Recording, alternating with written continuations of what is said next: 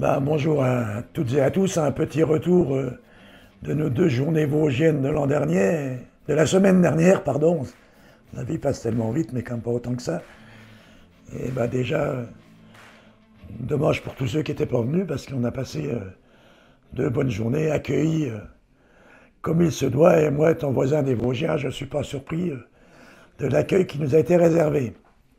Après ce petit moment de nostalgie, comme tous les ans, je vous l'ai promis, je vous fais un retour en fin d'année entre le prix payé par les entreprises, le prix conforme et la différence entre les entreprises. Alors un petit rappel rapide, si quelques-uns n'ont encore pas en tête, c'est sur la méthodologie du prix conforme. Alors vous rappelez que le prix conforme, à la FNPL, on ne s'appuie pas sur des tarifs syndicaux, mais sur des indicateurs publiés par le CNIEL. Donc on a le marché intérieur qui représente 60%, on va dire, du lait, sur la ferme France, bien sûr. Hein. Après, ça se conjugue entreprise par entreprise. Il y a 20%, ce qu'on appelle les PGC Export, et qui sont en lien avec le prix du lait de lait payé aux Allemands. En attendant d'avoir rien trouvé de mieux, on prend le prix allemand. Pour cette année, c'est plutôt pas mal. Et les 20 derniers pourcents, c'est ce qu'on appelle les commodités, ce qu'on appelle aussi vulgairement le beurre poudre. Et bien préciser que dans notre prix conforme, on est toujours resté sur la valeur interprofessionnelle du coût de transformation du lait pour du beurre poudre, c'est-à-dire les 77 € 1000 litres. Alors, entreprise par entreprise, c'est important de voir l'évolution qu'il peut y avoir. Et la première entreprise, c'est Lactalis, où là, si certains en doutaient, on a la démonstration, même si c'est pas parfait, parce qu'on travaille à améliorer Egalim 2, mais qu'Egalim 2, ça fonctionne. Regardez Lactalis sur les 6 premiers mois, ils avaient suivi presque une parallèle par rapport au prix conforme.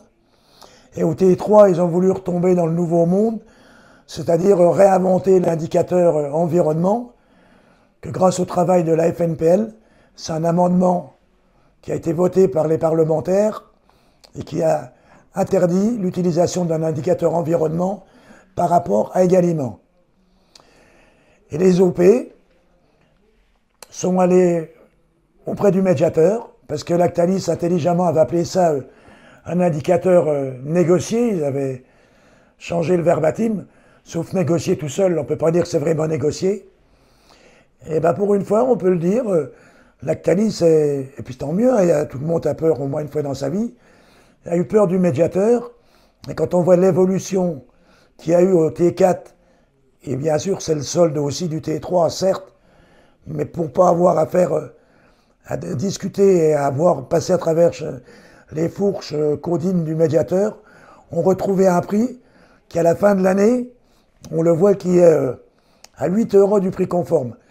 Tout ça pour vous dire, et je reviendrai sur les autres entreprises, mais que le prix conforme, vous voyez, c'est pas une vue de l'esprit syndical. C'est construit par rapport à la valorisation que font les entreprises suivant leur mix produit. Et pour moi, ça ne veut pas être ma conclusion, mais ça donne une idée, je pense, de la sérénité et de la viabilité d'une entreprise, si elle peut ou pas être proche du prix conforme. Alors, on aurait pu faire toutes les entreprises, mais c'est aussi un travail de nos départements et de nos régions. On a choisi de présenter 4 entreprises.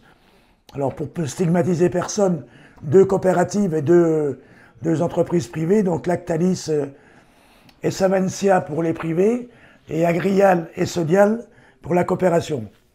Et là, j'en arrive à Sodial, et là, on voit Sodial en début d'année, sûrement avec un prix B qui était élevé, mais je rappelle aussi, pour que ce soit clair entre nous, que le prix Sodial payé aux producteurs, on est parti sur la formule de prix de Sodial, c'est-à-dire 90% de A, 10% de B. Quand le B était à 180 €, on est resté aussi sur du 90-10. On n'a jamais dit il y a plein de blé, de B. Voilà, lapsus. Alors aujourd'hui, vouloir nous faire croire, de vouloir tricher en disant le B chez Sodial, c'est pas 10%, c'est faux. Il faut garder la même ligne de conduite quand ça va bien que quand ça va mal. Et là, on se rend compte qu'une fois le mois de juin, ben, il y a arrivé, j'allais dire, une petite catastrophe sur le prix du lait de Sodial. Alors, c'est pas à moi de vous en expliquer les raisons. Vous aurez vos assemblées générales pour demander ce qui s'est passé. Bon, je suis là pour commenter ce qu'il y a eu sur l'année, mais il semble, ben, c'est pas il semble. En janvier, on va avoir un prix à Sodial de 483 € en 38,32. J'espère que c'est le début d'une rémunération du producteur et pas simplement un coup politique pour calmer les ardeurs. Mais si je vous ai dit tout à l'heure que Lactalis était tout proche du prix conforme en fin d'année, Sodial avec un prix conforme à 498 €, le producteur payait 425 €. Donc un écart quand même substantiel et qui, au-delà de la rémunération des producteurs, peut aussi inquiéter les sociétaires de Sodial. Et j'espère me tromper. Troisième exemple, c'est Savencia. Où Savencia, on voit que globalement, c'est un peu particulier parce que chaque début de trimestre, Savencia est calé au prix conforme et des fois même un peu au-dessus. Au début du T1, au début du T2, au début du T3, un peu au-dessus du prix conforme. Et je rappelle quand même que d'être au-dessus du prix conforme, c'est pas un crime, hein, puisque le prix conforme, c'est normalement le prix minimum pour le producteur. Et au T4, il y a eu un peu une petite relâche de Savencia en se disant je vais arrêter de toujours être le mauvais élève. Mais on peut se dire, et je ferai le bilan en fin d'année, que globalement, Savencia est tout proche du prix conforme. Mais j'en profite aussi pour dire, quand on regarde les prix payés partout en Europe, c'est que le meilleur français, il n'y a encore pas de quoi pavoiser. Le troisième exemple, c'est Agrial. Alors, avec moins d'impact, mais une courbe qui ressemble un peu à celle de Sodial, c'est-à-dire tout proche du prix conforme jusqu'au mois de juillet, et un décalage en fin d'année. Alors, on espère qu'il y aura un rattrapage rapide en début d'année, puisqu'en fin d'année, vous voyez, de 514 € les millilitres en prix conforme, on est payé rémunéré, les producteurs, à 465. Donc un retard à l'allumage, alors qu'Agrial l'an dernier, pour vous rappeler, était dans les très bons élèves et très proche du prix conforme. Donc là, rapidement, à un prix payé entreprise par entreprise, je le rappelle, en 38,32, socle de base, hein, sans segmentation, on a des repères qui doivent être les mêmes pour toutes les entreprises. Et on a Lactalis à 425 €,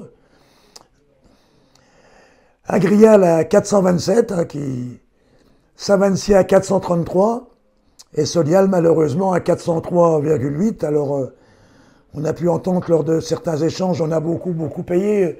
En début d'année, à la fin de l'année, on sera comme tout le monde.